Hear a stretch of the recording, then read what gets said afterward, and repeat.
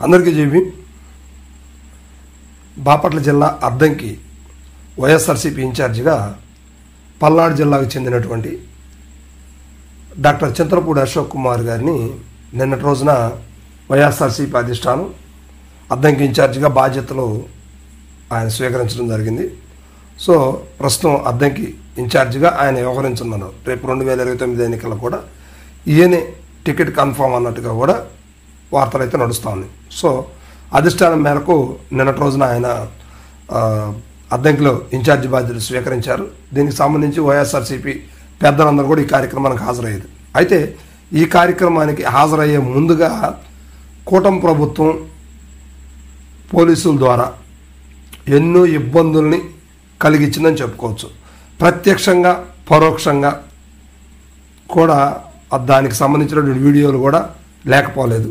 So ఇవన్నీ కూడా కూటమి ప్రభుత్వం కావాలనే చేస్తుంది. వైఎస్ఆర్సీపీ అడుగు అడుగునా కూడా ఆపేస్తూ వైఎస్ఆర్సీపీని ముప్పు తిప్పలు పెట్టి ఇబ్బందులు పెట్టే విధంగా కూటమి ప్రభుత్వం చేస్తూ ఉంది. అది ముఖ్యంగా అద్దంకి నియోజకవర్గంలో ఎంటర్ అయిన దగ్గర నుండి, ఇది సంతమాగులూరు మండలానికి ఎంటర్ అయ్యే దగ్గర నుండి కూడా పోలీసులు అశోక్ కుమార్ గారిని ఆపేయడం జరిగింది. సో అదేవిధంగా తర్వాత ఏల్సూరు దగ్గర కూడా ఆపేయడం జరిగింది. ఆ తర్వాత వైదన దగ్గర కూడా ట్రాఫిక్ ఆఫ్ చేసేసి పోలీసు వాళ్ళు మట్టి ట్రాక్టర్లు, లోడ్ ట్రాక్టర్లు హైవేకి అడ్డంగా పెట్టేసి మీరు అద్దంకిలోకి వెళ్ళడానికి లేదంటూ ఇబ్బందికరమైనటువంటి వ్యాఖ్యలు చేశారు. ఇది దానికి సంబంధించి ఆయన కొన్ని మాటలు కూడా మాట్లాడారు.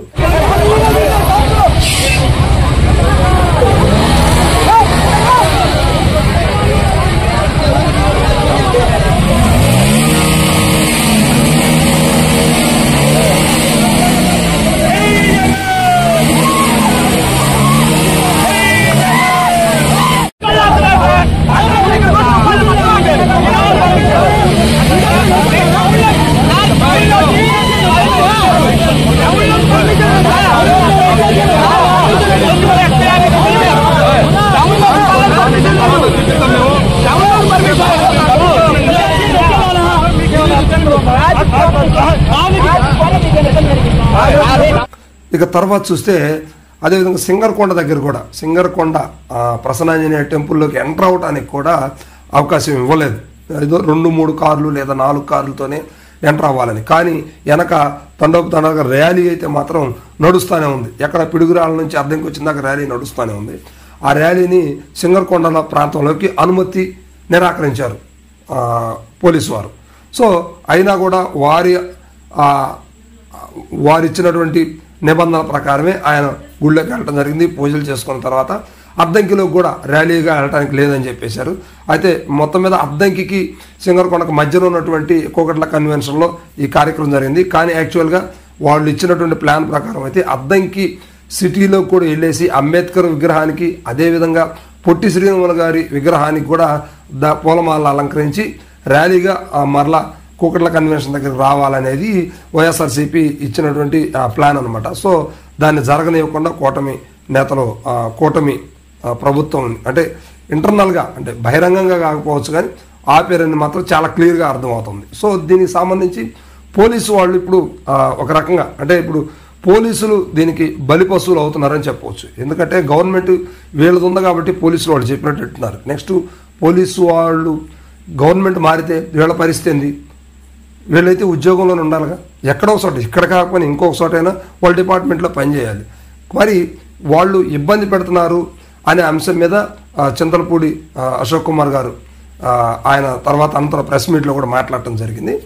అదే ఏదైనా తప్పు చేసినటువంటి వారిని ఎవరైనా సరే, ఎంతటి వాళ్ళైనా సరే వదిలేది లేదు. కర్మ సిద్ధాంతం అనేది ఉంది కాబట్టి దాన్ని ఎవరిని వదిలేది లేదు. ఖచ్చితంగా వాళ్ళు పర్యవసానం అనుభవించాలి అనేది ఉంది. ఎక్కడ మాత్రం తగ్గేది లేదు.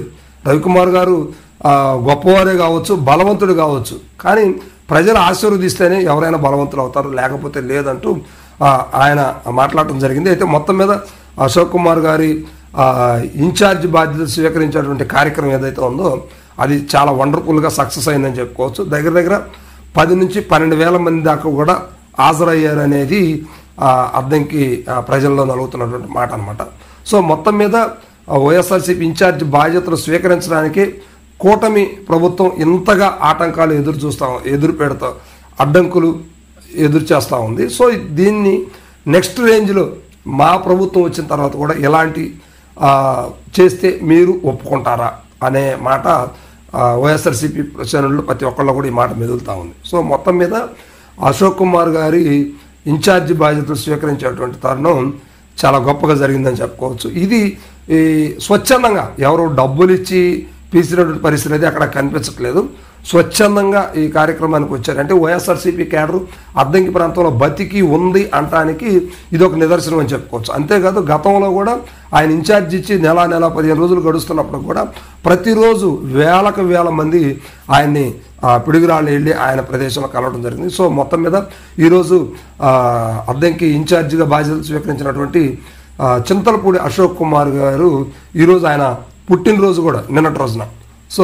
ఆయనకి అడ్వాన్స్ అనొచ్చు, లేదా నెక్స్ట్ ఇయర్కి అడ్వాన్స్గా హ్యాపీ బర్త్డే అశోక్ కుమార్ గారు.